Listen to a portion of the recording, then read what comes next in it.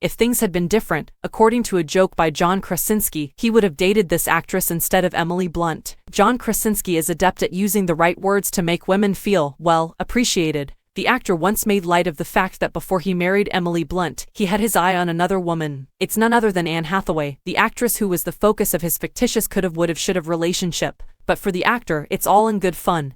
His quip seemed like a tribute to his time as a cast member of The Office because it wasn't meant to be taken too seriously. After all, Krasinski and Emily Blunt have been in love for more than 10 years, giving us all hope for true love in the world of Hollywood. How they met stories imaginable, and by cutest, we mean utterly normal, or as Emily Blunt would put it, a kind of a sad, lame story. The prettiest how they met stories are those that are completely ordinary, or, in Emily Blunt's words, kind of a sad, lame story. The two originally connected through a buddy on a night out in Los Angeles in 2008. Krasinski had been seated with actor Justin Theroux before spying their mutual acquaintance, and made his way over to her table, Blunt would later recall on Late Night with Seth Meyers in 2018. It's a somewhat sad and dull tale. He was in the restaurant while I was there. I was seated next to a buddy of ours, Blunt said to Meyers. Oh my God, that's my friend John, says my friend Gray. Then it was over. He left our friend Justin Theroux to join us when they were both seated. He was just standing there, making me chuckle. Even if it didn't seem like the cutest how they met story involving a famous person, Krasinski's perspective elevates it to a new level of sentimentality. In a 2011 appearance on The Ellen Show, Krasinski discussed the exact moment he realized he would fall in love with Blunt and revealed that, prior to meeting her, he wasn't really searching for a relationship.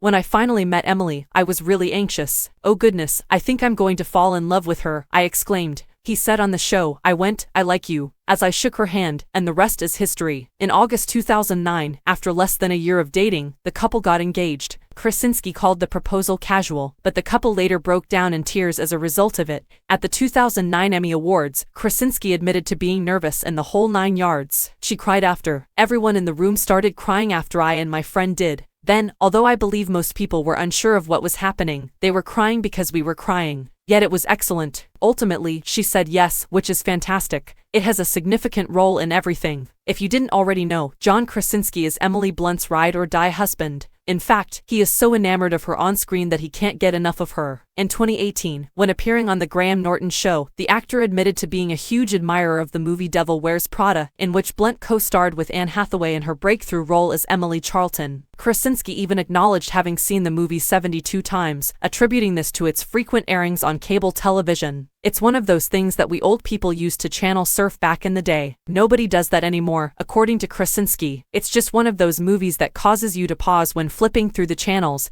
and take a look. Blunt, who appeared on Norton's program with her husband, related a humorous anecdote regarding Krasinski's level of involvement in the movie. In a type of montage scene, Anne Hathaway is shown wearing a variety of stunning costumes. And when I got home one day, John was watching it in the montage portion. That's my favorite clothing, he replies, she remarked. Krasinski quipped that he truly wanted to date Hathaway without skipping a beat. Because I was unable to reach Annie, I exclaimed, oh. Norton giggled inconveniently at the time.